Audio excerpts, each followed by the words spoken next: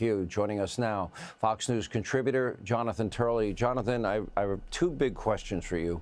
From a legal standpoint, what did you see? What are you seeing in the video? I saw this person back up, accelerate rather quickly towards that agent. To me, that was a weapon, and this was self-defense.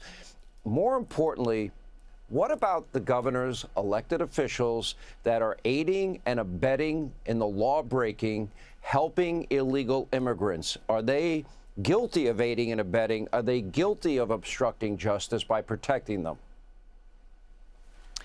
Well, first of all, the standard that we look at is a standard that originally comes from Tennessee versus Garner. That's where that totality, the circumstances standard that Paul was referring to is derived.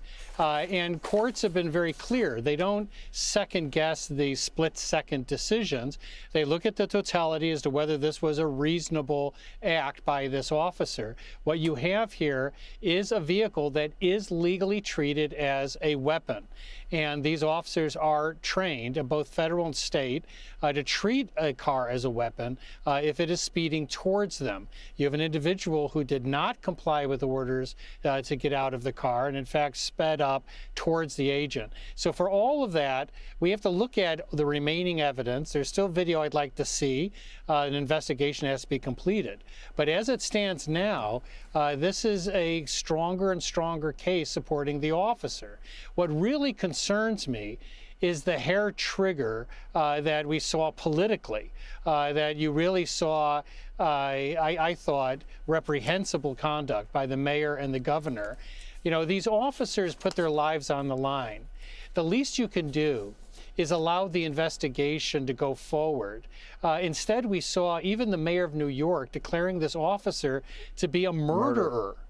And it's really a shocking thing I think, for those of us who believe that officers should be given some due process. I thought that was the mantra coming from many of these individuals. Are these politicians that adopt these sanctuary policies, governors, mayors, whatever, are they, by definition, aiding and abetting lawbreaking? Are they also guilty of obstruction of justice? Well, technically, being a sanctuary city is not going to be a criminal act. It's not going to be obstruction that meets the standard under the federal code. They have to do something much more concrete and direct to qualify as a crime. All right, Jonathan Turley, thank you for your legal analysis. We appreciate it. Hey, Sean Hannity here. Hey, click here to subscribe to Fox News YouTube page and catch our hottest interviews and most compelling analysis. You will not get it anywhere else.